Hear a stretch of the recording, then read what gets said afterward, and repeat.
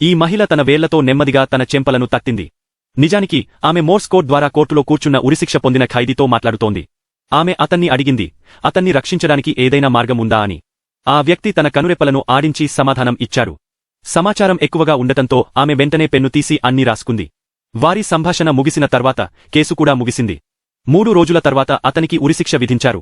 కాని అతను ఏమాత్రం భయపడలేదు. ఎందుకంటే ఆమెతో కలిసి అతను ఒక అద్భుతమైన తప్పించుకునే ప్లాన్ వేశాడు. అతని పేరు డయాబొలిక్, ఒక పేరుగాంచిన దొంగ.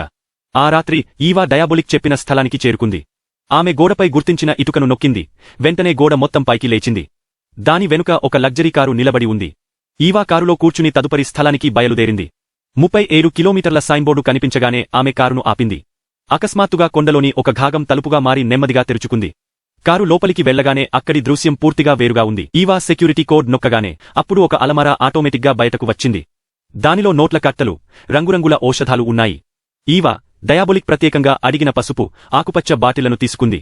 ఇప్పుడు ఆమె డయాబొలిక్ను జైలు నుండి బయటకు తీసుకురావాల్సి ఉంది. కాని దీనికి ఒక ప్రత్యేక వ్యక్తి అవసరం, న్యాయమంత్రి. ఈ వ్యక్తి అవినీతిపరుడు, అందమైన మహిళలంతే ఆసక్తి ఉన్నవాడు. అతను ఈవా అందానికి ఇప్పటికే ఫిదా అయ్యాడు. ఆమెను సొంతం చేసుకోవాలని ఎప్పుడూ కోరుకునేవాడు. ఈవా స్వయంగా తన వద్దకు రావడం చూసి అతను ఉర్రూతలుగాడు. తలుపు వేయడానికి వెళ్లాడు. ఈవా చెప్పింది తన విధేయతను పరీక్షించాలనుకుంటున్నట్లు. మంత్రి వెంటనే ఈవా కోసం నీళ్లలో, నిప్పుల్లోకి వెళ్తానని ఒట్టుపెట్టాడు.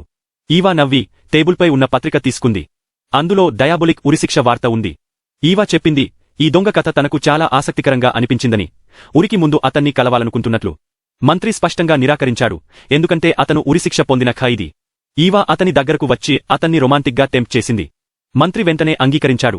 కాని తను కూడా ఈవాతో వస్తానని షరతు పెట్టాడు. ఈవా కొంటె నవ్వు నవ్వింది. ఇదే ఆమె కోరుకున్నది. ఆ రాత్రి వారిద్దరూ జైలుకు చేరుకున్నారు. మంత్రి డయాబొలిక్తో విచారణ చేయాలని సాకు చెప్పాడు. వారిద్దరూ ఇంటరాగేషన్ రూంలోకి వెళ్లారు. 27 నిమిషాల తర్వాత మంత్రి బయటకు వచ్చి ఇలా చెప్పాడు, డయాబొలిక్ ఒక చెత్త ముక్కలా ఉన్నాడని, అతని నుండి ఏమీ రాబట్టలేమని. ఈవా ఎలాంటి భావం లేకుండా అతను ఎప్పుడూ అలాంటివాడేనని సమాధానం చెప్పింది. మరుసటి రోజు ఉరిశిక్ష సమయం ఆసన్నమైంది. జైలు గార్డులు డయాబొలిక్ కాలర్ను కట్ చేసి అతన్ని బలవంతంగా గిల్లోటిన్పై పడుకోబెట్టారు. కాని ఆశ్చర్యకరంగా అతను ఆ సమయంలో కూడా పూర్తిగా ప్రశాంతంగా ఉన్నాడు.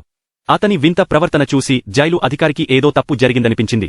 డయాబొలిక్ ఇంట్లో దొరికిన మనిషి చర్మంతో చేసిన నకిలీ ముఖం గురించి అతనికి అనుమానం కలిగింది. వెంటనే అతను ఉరిని ఆపమని ఆదేశించాడు.